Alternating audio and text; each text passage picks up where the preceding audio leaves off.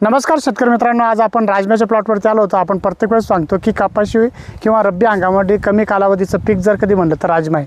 आपण जर कधी माझ्यासोबत हा प्लॉट पाहिला तर 1 ऑक्टोबरची लागवड आहे. आपण जर कधी बघितलं तर परिपक्व इथं शेंगा झालेला आहे आणि या ब्राझील वाघा ही जात आहे. आपण जर कधी आता हे बघितलं, आता हा पूर्णतः परिपक्वतेकडं चाललेला आहे. हा असा ही एक शेंग आहे आणि आम्ही याच्या अगोदरची एक शेंग काढली होती, ती थोडी याच्यापेक्षा परिपक्व होती. तर या दोन दाण्यामध्ये असा फरक आहे. म्हणजे आपण जर कधी बघितलं तर एकदम कमी कालावधी 1 ऑक्टोबर आणि आज जर कधी बघायला गेलं तर 12 डिसेंबर आहे. साधारणतः 80 दिवस इथं याला कंप्लीट झालेले आणि हा एक 8 दिवसामध्ये प्लॉट हार्वेस्टला येणार आहे. भरपूर शेतकऱ्यांना हे असतं की आपल्याला पुढं अद्रक लावायची, हळद लावायची, मिरची लावायची. कपाशी क्षेत्रामध्ये कमी कालावधीमध्ये जर कुठलं पीक घ्यायचं तर तुम्हाला आपण प्रत्येक वेळेस सांगितलं की हा राजम्याचं पीक आहे. आपण जर कधी बघितले शेंगाच्या या आता काही परिपक्व ही शेंगा झाल्या, आता ही शेंग वाळलेली इथं.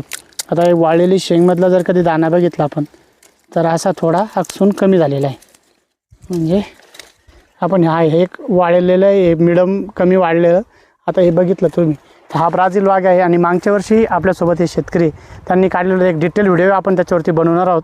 आणि आपण तुम्ही हा लावायला का बरं शिफारस करतो की 80 ते 90 दिवसामध्ये कुठलंही पीक येत नाही, हे पीक तुम्हाला येतं आणि याचे रिझल्ट जे ते अतिशय सुंदर येतात. म्हणजे उत्पन्नाच्या बाबतीत तुम्हाला जर कधी आमचा व्हिडिओ आवडला असेल तर व्हिडिओला शेअर आणि फॉलो करायला विसरू नका. धन्यवाद.